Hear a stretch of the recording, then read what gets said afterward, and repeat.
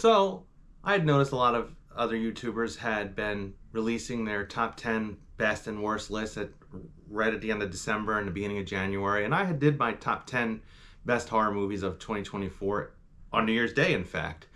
But I took some time to get my channel started and figure out, how I'm going to run things here. And I decided to delay on doing my worst 10, and it gave me an opportunity to watch some more movies that had come out in 2024. So it's actually going to be a top 11 because in the month of January I watched one more movie and I decided to add it to my list, and I didn't want to kick out number 10. So it's going to be a top 11 worst movies of 2024.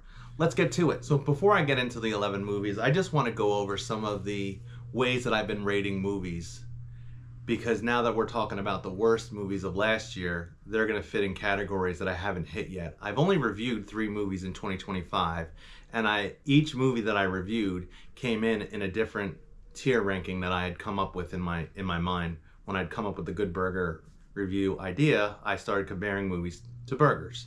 So Companion, which just came out last week, I gave my highest level of rating, which was a cheeseburger in paradise. And Wolfman, which was the first movie I reviewed in 2025, I gave a good burger. And that was the movie that inspired me for the title of this channel. Mainly because I'm like comparing movies to burgers, and what I like about good burgers is what I like about good movies. So the other movie that I watched in January 2025 was Presents, and I'd given that a basic burger. It was an okay. So those are the 3 ratings we've gone over so far on my channel.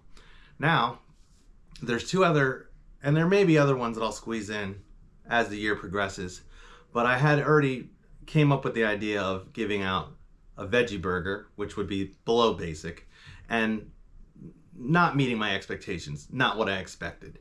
And then the worst rating, which I'll give out, which will be a spam or spam burger, or just flat out spam. Terrible and movie that I just don't like. And what we'll find today is that a lot of these movies, had I done reviews in 2024, may have come under the category of spam or veggie. And maybe some of these might even be basic. We'll see as I go through the 11 movies. So here we go. Alrighty. Coming in at number 11 is a movie that was released in January of 2024 with the title of Destroy All Neighbors. This is starring Jonah Ray, Alex Winter, and Christian Calloway. It's streamed on Shudder. So it stars a young man who is living in an apartment building, and he works as a sound guy in a studio. And a new neighbor of his moves in and is really odd and strange. And they start hearing weird noises going on in the neighboring apartment. So the young man goes over to check out what's going on in a way to either meet his new neighbor or maybe confront him about all the noises. Well, long story short, he ends up killing him. But weirdly enough, the guy he kills comes back to life. And then they end up going around and killing many of the other neighbors in the apartment building. So this was a neat premise and funny in parts. But at the end of the day, for me, it was kind of slow and strange. And maybe I just didn't find some of the jokes as funny. One thing I did like about Destroy All Neighbors was the effects. And even though it is in my top worst 11, I would say that this movie's okay. And if I was to give it a movie review rating, I might give it a basic. And coming in at number 10 for worst movies of 2024 is The Strangers, Chapter 1. This is directed by Rennie Harlin, and it's a reboot of the original Strangers, which came out in 2008, starring Liv Tyler. It was released in May of 2024. So the basic storyline of The Strangers, Chapter 1 is a young couple's traveling, and they seem to be a very happy couple, which was the opposite of the original Strangers. And they get broke down in the middle of nowhere and have to stay in a small town in the outskirts somewhere. And there's a knock at the door at night. And just like in the original Strangers, they are being stalked by 3 masked strangers. So just like The Strangers back in 2008, it was a basic good premise. And that movie was done quite well, I thought, even though I didn't see it right away. I only saw the original Strangers in preparation to seeing The Strangers Chapter 1. And I found I liked the original Strangers better. And this is really just a soft reboot. And I didn't like how dumb these main two characters were trying to get away from these strangers. And that was a lot of the complaints that I had heard about this movie. And they made a trilogy of it. And we still have The Strangers Chapter 2 and Chapter 3 to come. So I'm going to be open-minded with those two sequels when they do get released, whether it's in the movies or on streaming. But The Strangers Chapter 1 just didn't cut it for me in 2024, and that's why it comes in at number 10.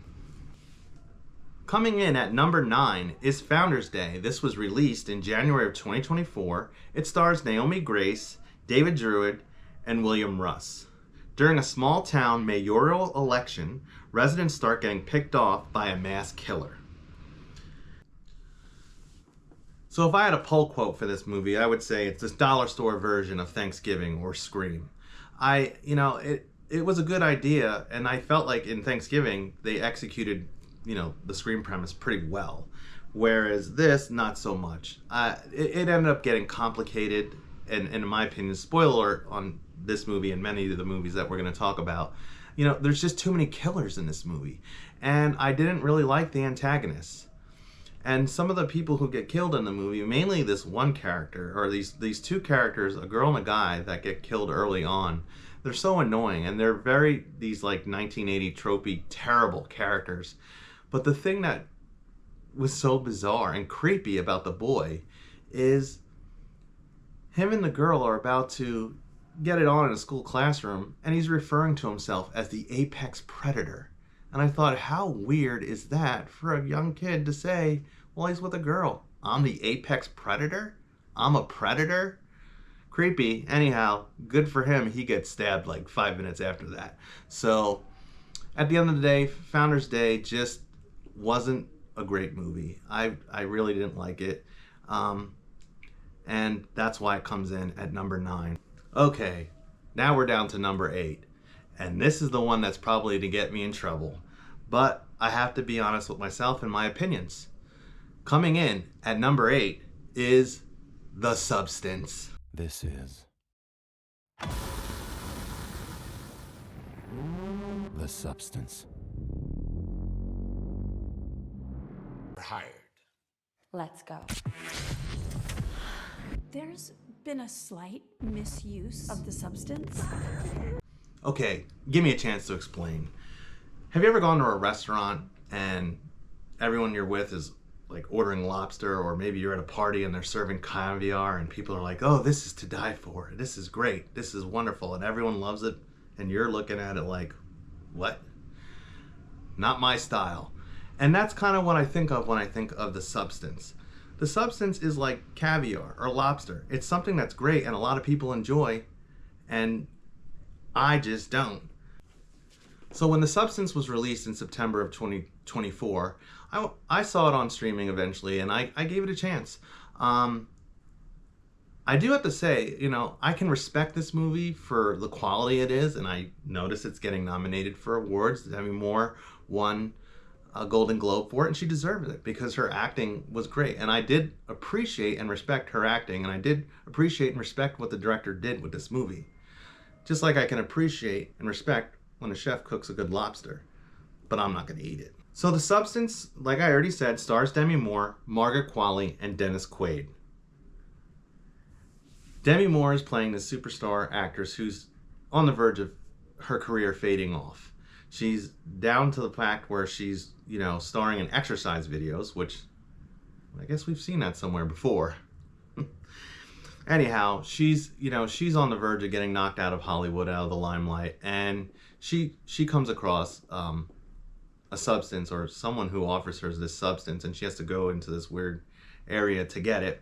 And when she takes this substance, she, creates this younger version of herself, and they have this like body exchange where they're exchanging every week. And, I really don't feel the need to go into the whole story about The Substance because everyone that wanted to see it was seeing it, and there's been a ton of reviews on it and people commentating on it.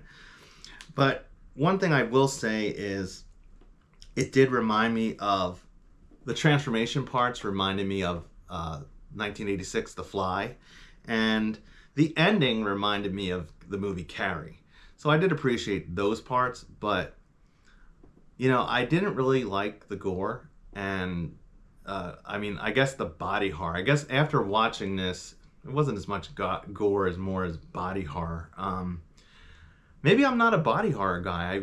I think after watching this movie, that I learned that about myself. I just wasn't interested in that part of that aspect of the movie. The story was pretty interesting, and I was curious as the movie was coming to an end, where they were going to go to it. And I did appreciate the actual way ending when she's on her star. I really thought that was cool. But at the end of the day, the substance is, for me, part of what I like about movies is rewatchability, and I don't know if I could sit through this one again. I might try it at some point in late 2025 to give it another chance. I think all the movies on this list, except for the ones at the way bottom, I am going to give a chance to watch again. So at the end of the day, it's a matter of taste, and that's why Substance comes in at number 8. Coming in at number 7, Daddy's Head. This was released in Shudder in October of 2024. It's starring Rupert Turnbull. After the funeral of his father James, who was a victim in a car accident, Isaac and stepmother are haunted by this strange creature in the house and in the backwoods. So my pull quote for this one is, it's the dollar store Babadook. It's run-of-the-mill and not scary. I watched it during Halloween season, and I liked the idea of it. It was a good premise. Maybe I didn't recognize any of the characters or any of the main actors too well, but it was a good story. But at the end of the day, it was very generic, and that's why I ended up putting it at number 7, Daddy's Head. Coming in at number 6, this is the movie why there's 11 instead of 10 on my list. I had waited until January to see this one because when it streamed, and I was hesitant about watching this one at all. In fact, when I had made my notes about this tier list, I had put it as an honorable mention just based on the fact that at the point when I made the original 10, I hadn't seen this movie yet. But then I went ahead and watched it. Belinda. My name is Belinda. Belinda. Number 6 is The Front Room. This movie stars Brandy Norwood, Catherine Hunter as Solange, Andrew Burnap as the husband Norman. The director are Max and Sam Eggers. They're the brother of Robert Eggers, and he just released Nosferatu and was famous, or became famous directing the movie The Witch. Basic premise of The Front Room. A young couple takes in their stepmother after the death of the father. The stepmother is quirky, religious, demanding, and extremely old. The big thing in this movie, and maybe the biggest turnoff to this movie for me, was the amount of times that this old woman is pooping or dealing with poop. And it was funny the way she did it sometimes, or maybe the first time when she said, I made a MESS or something like that, how the joke went in the movie. But Solange, the old lady, was comical in some points, but it kind of got redundant. And at one point there was a poop montage. And not to be, I don't think it was intentionally made to be funny, like a comedy. This movie was taking itself very seriously. There is one part that is funny. There is this part where Solange is being really annoying, like she was throughout the whole movie. But Belinda, Brandy's character, was at her wit's end at this point with her. And she was carrying some water in a glass, and Solange just kept being silly and ridiculous. And I started yelling at the TV, just dump the water on her head. Just dump it on her head. And 2 seconds later, Brandy dumps the water on her head, and I was laughing out loud. That was my favorite part of this movie. But the rest, not so funny. At the end of the day, for me, it wasn't very scary. And I just didn't like the basic premise of it. I think they could have leaned more in on the religious and the racism stuff and less on the old lady pooping in her bed stuff. And at the end of the day, that's why the front room comes in at number 6. Coming down to number 5, and here's another one that's probably gonna get me in hot water with some people, is Damien Leone's Terrifier 3. This movie was starring David Howard Thornton as Art the Clown, Lauren Lavera as Sienna, and Elliot Fullman as Jonathan, the little brother. This is the direct sequel to Terrifier 2, which I like that one more than I like this one.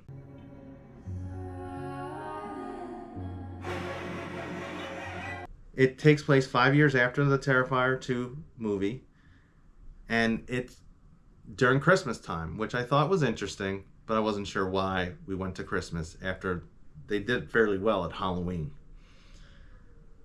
The one thing I did appreciate about this movie was when Art the Clown became Santa or stole his Santa suit and went after the guys in the bar. That part was amusing and funny to me.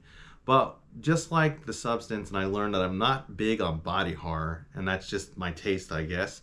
I learned after watching Terrifier that I don't think I'm a gore hound either. I'm more of traditional haunts and spooks and thriller type movies. Slashers I like when the gore's done medium. To me, this movie had a few plot holes. I felt like it was going along in a certain direction, and all of a sudden in the third act we wake up and Art the Clown's in the house and he's killing already and he's after Sienna, which, you know, I do like Art the Clown, the character, and I like how David Howard Thornton portrays him. But at the end of the day, it's extreme gore that I'm not a fan of. It's what's going on prior to the killings that I like, you know, the anticipation and stuff like that. The one thing I didn't like about this movie, and again, spoilers, is that Jonathan, the little brother, is allegedly killed off screen. And I do say allegedly because I'm starting to wonder if he's going to come back like Quinn Bailey did at the end of Scream 6 after you believed she was dead and is actually alive. I feel like maybe that character is going to come back in Terrifier 4 as not dead. Who knows? That's just my personal guess because I found it odd that he was such a main character and he just turns up dead off screen. I've noticed that in over the years, you know, when people are dying off screen, you always got to wonder. So at the end of the day, Terrifier 3 just wasn't my cup of tea, and that's why it comes in at number 5. Coming in at number 4, In a Violent Nature. This movie is directed by Chris Nash. It's a Canadian slasher, and it was released in May of 2024.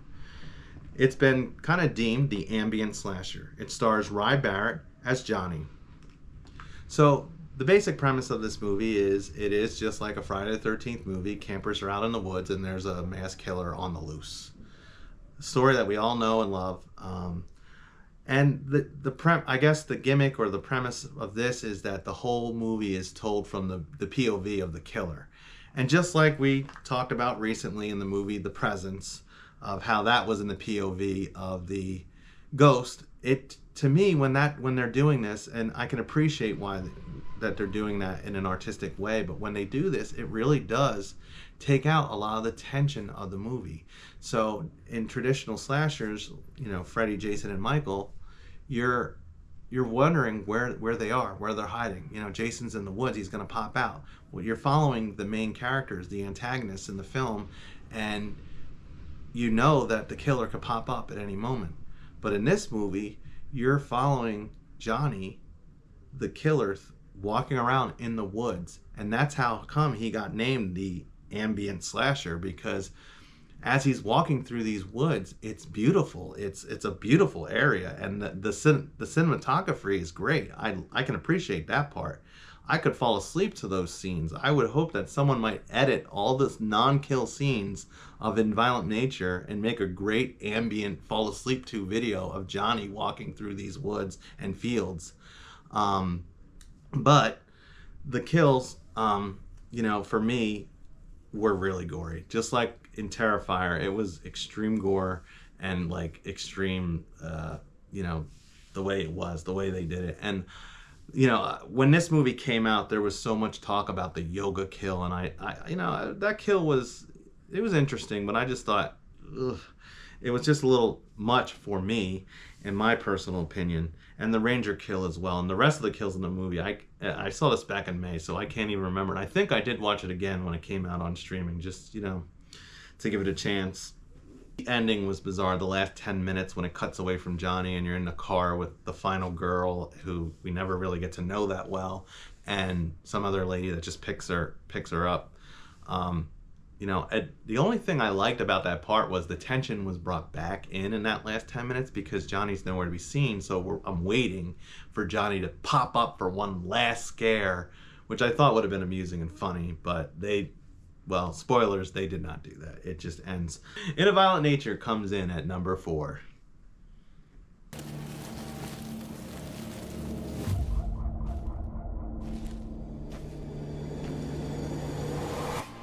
Okay, coming in at number 3. This is an A24 film, and it was released, I believe, in February or March of 2024. I saw The TV Glow. This one's starring Justice Smith and directed by Jane Schobrun. It takes place in the 90s, which I can appreciate that. And it's about these kids that are coming of age and they get into watching this TV show, and some really crazy crap happens with that. And for me, I had trouble following it, to be honest. And I just wasn't a fan of Justice Smith's character overall. And I guess it comes down to a matter of taste. Just like some of the other movies that have made this list that are being loved by some people, I just think that my taste in this one just isn't, it doesn't meet it. You know, it comes in as too artsy. And the one, it was weird in parts, especially the end, like when he's much older, and then it never was scary for me. I never felt scared at all. It was interesting to watch, but just not scary. One of the big pluses about this one, and I do like finding things to appreciate about even some of the movies that I didn't like. You know, I can appreciate things in each movie. And the one thing that I appreciated about this movie was the soundtrack. I really loved the music that was in this, and there was some 90s remake songs that were in there, and a lot of, I went onto iTunes and was able to download the entire soundtrack to this, and I've been listening to it. So even though the soundtrack was great, the movie itself wasn't my cup of tea, and that's why it comes in at number 3 for 2024. Coming in at number 2 for worst movies of 2024 is Black Cab. This movie was released on Shudder in the fall of 2024. It stars Nick Frost as the Black Cab driver. Basic premise is an engaged couple's hanging out in a bar and they're not getting along so well, and they're deciding to leave early, so they hail a cab. And along comes Nick Frost in this cab, and he's gonna take them home. But what happens is he doesn't take them home. He takes them down a haunted path or haunted road. The premise of this sounded good to me. That's why I ended up, you know, playing it and trying to watch it. But I couldn't get into it. And maybe it's because it was later at night, or maybe it's because I kept falling asleep during it. I couldn't get with the characters. And it, you know, it did take place in Britain, and I had no issue with that. It's just, it was boring. And I just, you know, checking my watch type of movie. So I do like Nick Frost. I've seen him in other movies and he's good. But it wasn't scary for me, and at the end of the day, this movie comes in at number 2. But believe you me, the one that comes after this one takes the cake. It is the worst movie of the year, coming your way in just a moment. Alright, so if you made it this far, then you must be really curious as to what movie I think is the worst of 2024. This one's a hummer, a dinger. I don't even know what to say about this movie, as much as there seems to be a trend going on about that this movie I'm about to name. But the worst movie for the year 2024 is Mousetrap.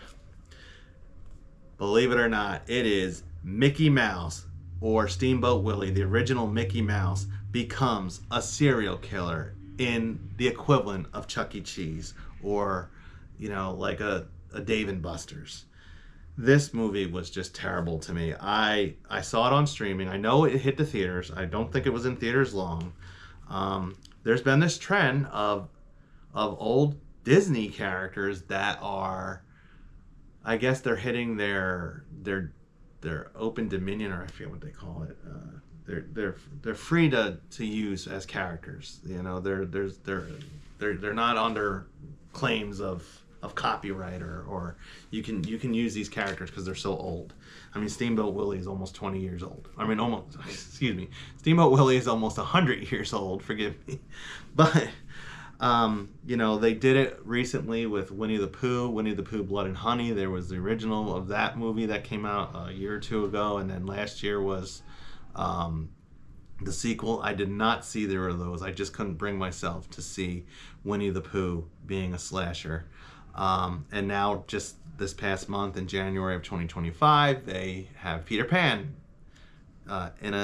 This is like a whole universe of these characters that are coming out now, and I don't know. Maybe it's because I grew up in the 1980s, and went to Disney World a lot as a kid, and Disney was, I think, at its prime in those times, and it just. It's hard for me to wrap my head around these characters that were beloved as little cartoons of back in the day that are now coming around and being turned into horror icons or serial killers or whatever you want to call them. I mean, it just, and for this movie specifically, I just think it was done terrible. It's like they started filming, they're filming their movie, and then they just stopped because this movie, it goes nowhere. You know, Steamboat really is running around Chuck E. Cheese killing people, and there's all these people in this movie, and at the end, it's like ends out of nowhere, and there's like 5 or 6 of them still left. And I thought, what, final girl? This is like a final 6. This is insane. You know, it just ends with them. They never even say who's behind the Steamboat Willie mask. I mean, it's kind of alleged in the beginning that it might be the manager, but there's never like a Scooby-Doo reveal, like, you know, like at the end of Scream where they pull off the mask and, oh, this was the killer. You never even know who it was. You suspect that it might be the manager of the Chuck E. Cheese place or whatever it is, but it just isn't revealed. I felt like, you know, I mean, I know these actors were probably newer or maybe not well as experienced, but the actors in this movie were, especially one of them, just was so terrible. I mean, the main girl was okay, but I just couldn't wrap my head around this premise. I thought maybe this could be one of those movies where it's so bad it's good type of thing, and one that you can watch with a group of friends and laugh and have a grand old time with, but no, this is one that I don't recommend at all to watch, and that is why Mousetrap comes in as the worst movie of 2024 in the horror category. I just want to say thank you guys for watching.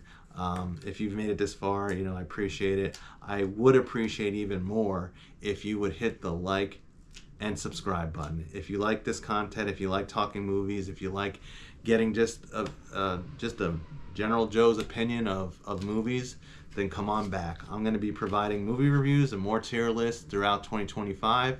And like I said before, I am planning on doing some other things like music recommendation and possibly some bike tours and bike movies. As you see, my bike is back there. It's wintertime right now, so I'm not out on the bike, but hopefully in the spring I can take you on some cool bike tours. But for those of you who like the movies, I'll be reviewing Hard Eyes and be doing some more reviews in the month of February. Look forward to seeing you then. Thanks. Bye.